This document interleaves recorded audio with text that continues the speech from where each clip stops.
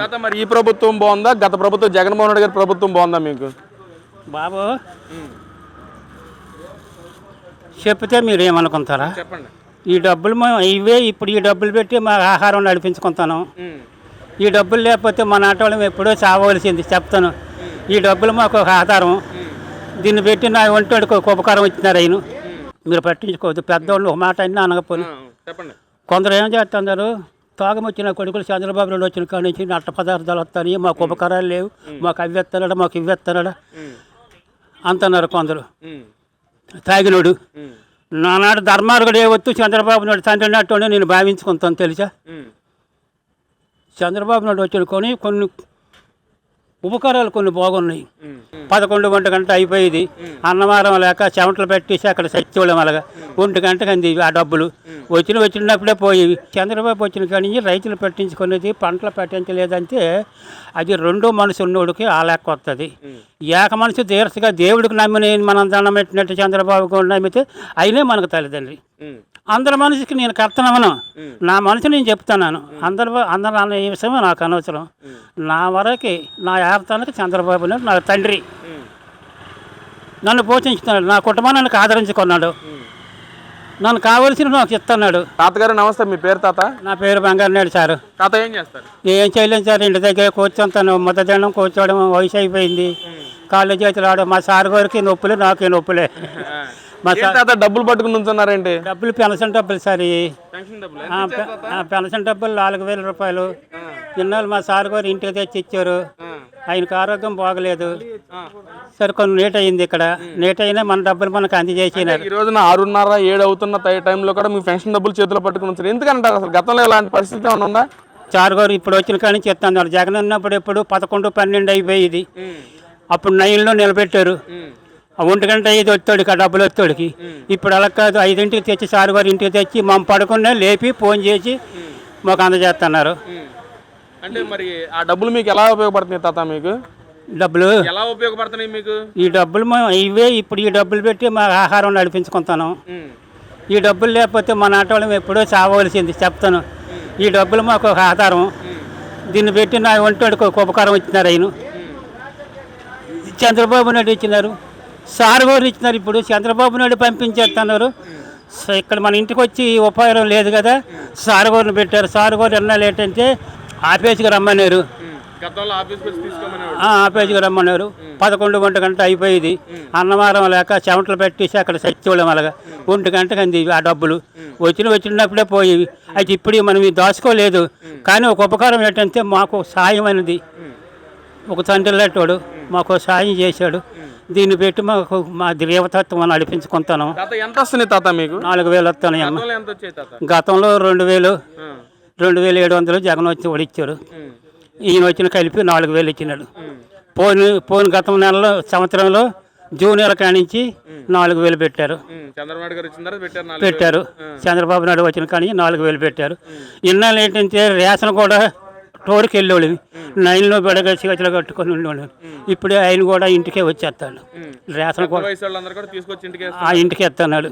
ఒకటి రైతు భరోసా పడుతుందండి. రైతు భరోసా దానికి ఒక్కదానికి నేను బ్యాంక్కి వెళ్ళాలి.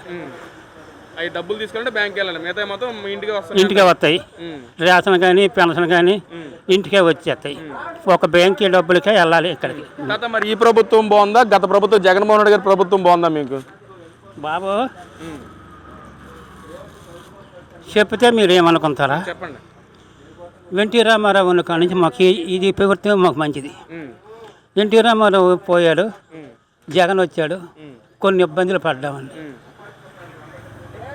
ఆ రోజు ఆయన ఇచ్చాడు, ఆ రోజు కొన్ని ఇబ్బందులు ఉండి, ఈ రోజులు మా ఇబ్బందులు కొన్ని దాటాయి.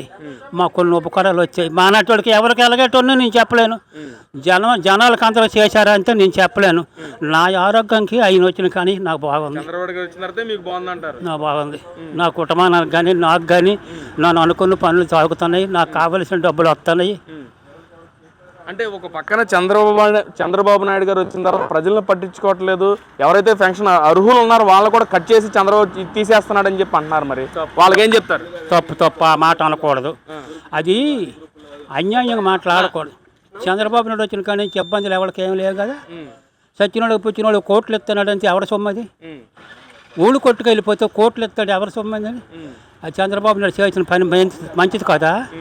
జగన్ ఇచ్చిన వాడు ఆడు కొందరు అంటారు, నేను మాట అంతాను తప్పుడుగా, ఎవరి ముడ్లు ఎన్నిటిని అదే కొంపొస్తుంది అంటారు. అలా కాదు, ఎవరు మనకి ఇప్పుడు కుట్లు ఎవరైతే పెట్టి సదుపాయం చేస్తారో అవలే మనకు తల్లిదండ్రులు. కనేదే తల్లిదండ్రి, మనల్ని ఇప్పుడు ఎవరు పోషించితే వాళ్ళే మన తల్లిదండ్రి.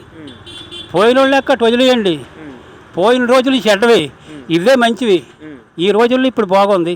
ఈయన వచ్చిన కాడ నుంచి మాకు పర్వాలేదు. మా కోకున్న కాడ కూడు, నిలబడి కాడ నీళ్లు, మా కట్టసకులు చెప్పి ఆదరించుతాడు. మొన్న మా తూర్పు వచ్చాడు చంద్రబాబు నాయుడు, మా తూర్పు వచ్చాడు, అక్కడ వేసాడు పానుపు. జనం ఇదిగో ఈ కాగితాలు వేసినట్టు జనం పట్టు చాలలేదు. జనాన్ని చూసి మహానుభావు పొంగిపోనాడు అనమాట. ఇట్లు బట్టలు మీనట్టు కుర్రోళ్ళ కాళ్ళ బట్టలు 10 నారీలు పంచినాడు బట్టలు. చంద్రబాబు చేతుల మీదకి అందరికీ పంచారా తాత? మరి ఎన్ని పక్కన పెడతాం, డెవలప్మెంట్ ఏమైనా గమనిస్తున్నారా? చంద్రబాబు నాయుడు గారు వచ్చిన తర్వాత డెవలప్మెంట్ ఏమైనా గమనిస్తున్నారా? డెవలప్మెంట్